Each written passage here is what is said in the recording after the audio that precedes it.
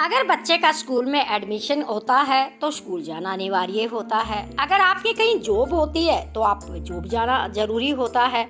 अगर आप कहीं मजदूरी करते हैं तो वहाँ पे आपको जाना ज़रूरी होता है, नहीं तो आपको कुछ दंड दिया जाता है, नहीं वेतन काटा जाता है या बच्चों की एब्सेंट लगाई जाती है।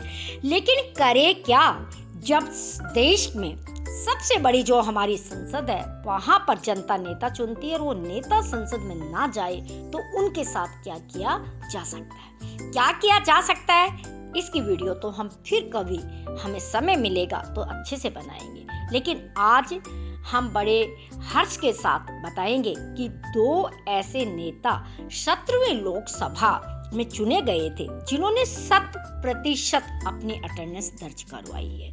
5 सालों में उन्होंने एक भी संसद की बैठक में एप्लीकेशन नहीं दी, यानी कि लीव नहीं ली और कभी भी वो अब्सेंट नहीं रहे। तो ये हमारे लिए बड़ी गर्व की बात है क्योंकि 1952 में देश की प्रथम संसद बनी थी और 2019 में 17वीं संसद बनी।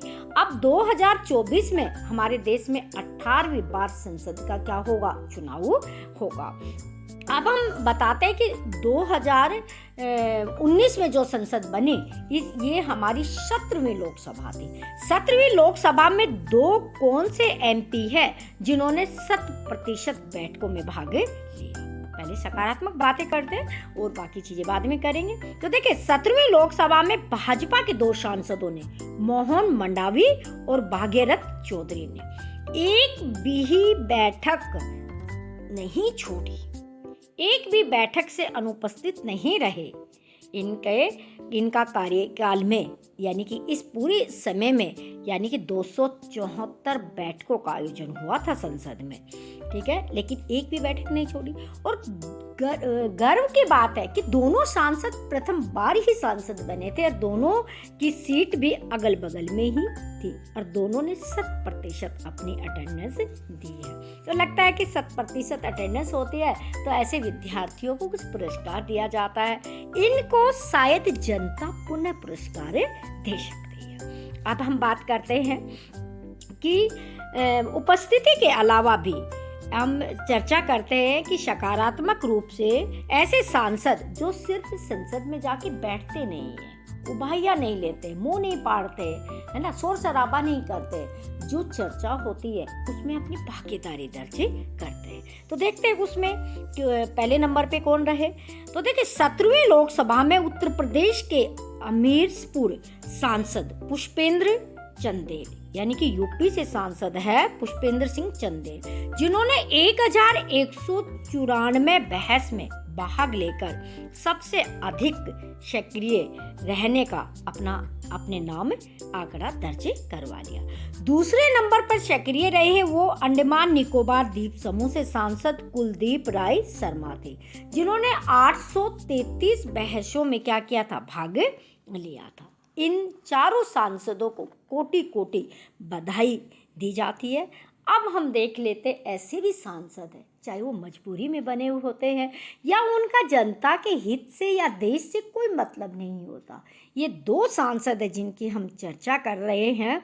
भाजपा के सांसद सैनी देओल जो अभिनेता से नेता बने, तृणमूल कांग्रेस के शत्रुघ्न सिन्हा समेत यानी कि इनके साथ में 9 ऐसे सांसद हैं जिन्होंने किसी भी बहस में कभी भाग ही नहीं लिया। पीआरएस यानी पार्लियामेंट्री रजिस्टर्ड सर्विस जो विधायिका का है, उसमें जो भी सदस्य किसी में भाग लेता है, चर्चा करता है, शून्यकाल के दौरान मुद्दे उठाता है या कोई विशेष उल्लेख करता है तो ऐसे सदस्यों के नाम उसमें ऐड किए जाते हैं कि उन्होंने संसद में कितनी सक्रियता से भाग लिया। तो 17वीं लोकसभा का समापन होने वाला है और 17वीं लोकसभा में औसतन कितनी उपस्थिति 79% उपस्थिति रही। यानी कि सारे के सारे सांसदों को मिला लिया जाए तो लगभग इतने उपस्थिति दर्ज की जाती है। अब जनता को तय करना है कि जब भी वो मतदान करती है तो शायद इस विषय पर भी विचार कर ले कि संसद में कौन व्यक्ति काम करता है, कौन व्यक्ति आता है, कौन व्यक्ति नहीं आता। जिस तरह अगर मजदूर मजदूरी पे नहीं जाता तो उसको मजदूरी नहीं मिलती है, सरकारी कर्मचारी नहीं जाता तो उसकी भी तनख्वाह कट जाती है, तो क्यों ना सांसदों की भी मानदेय भत्ता संदर जो भी कुछ उनको फ़ायदा दिया जाता है तो उसमें कटौती करनी चाहिए। कोई ना कोई ऐसा कानून सख्त बनना चाहिए कि इनका भी संसद में आना अनिवार्य होना चाहिए। ये विचार आपको कैसा लगा?